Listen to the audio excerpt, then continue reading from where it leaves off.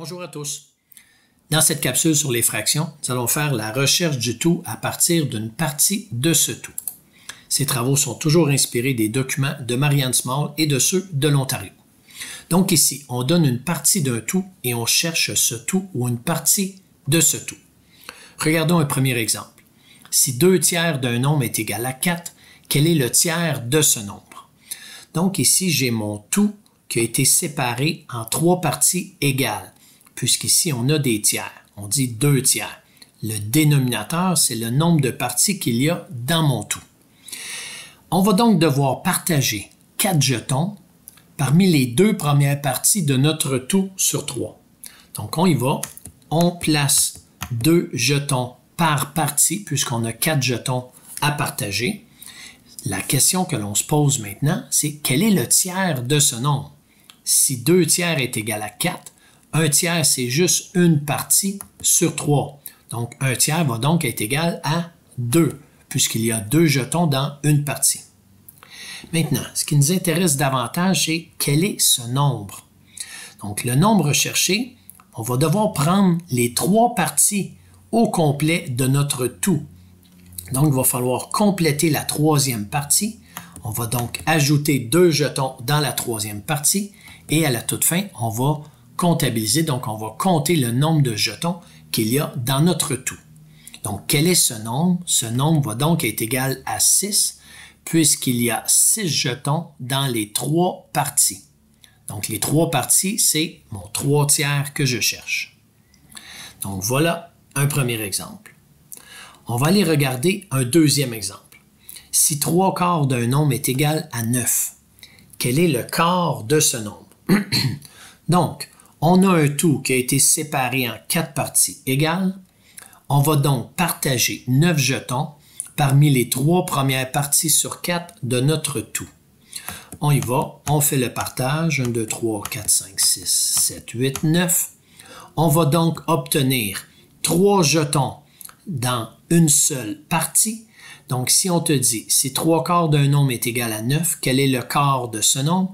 Il y a donc 3 jetons dans une partie, donc le quart de ce nombre est égal à 3. Maintenant, quel est ce nombre? Pour trouver notre nombre, on va devoir trouver combien il y a de jetons dans les 4 parties de notre tout. On va donc ajouter 3 jetons dans la 4e partie.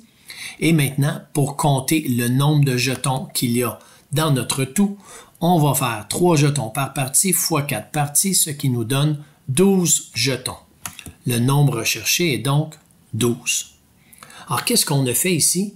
3 quarts d'un nombre est égal à 9. Ce qu'on a fait, c'est qu'on a premièrement divisé 9 par 3, ce qui nous a donné le nombre de jetons dans un quart. Et par la suite, on veut un tout qui est comporté de 4 parties. Donc, on va faire le nombre de jetons dans un quart fois le nombre de quarts. Donc, 3 fois 4, 12. Un dernier exemple. Si 5 sixièmes d'un nombre est égal à 10, quel est ce nombre? Donc, notre nombre, c'est 6 sixièmes qu'on cherche.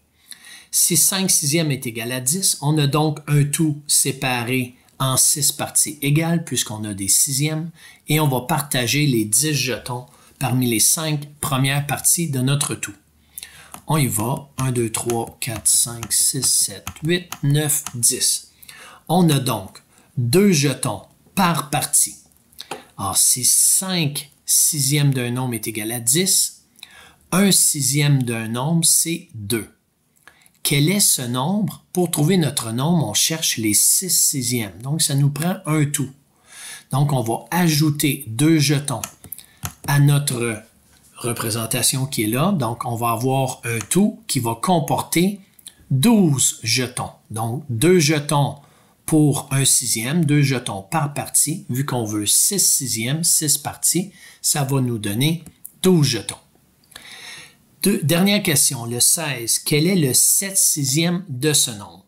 7 sixièmes de ce nombre, bien, on sait que 6 sixièmes, c'est 12. 7 sixièmes, on ajoute un deuxième entier ici, mais on va remplir seulement une partie sur 6.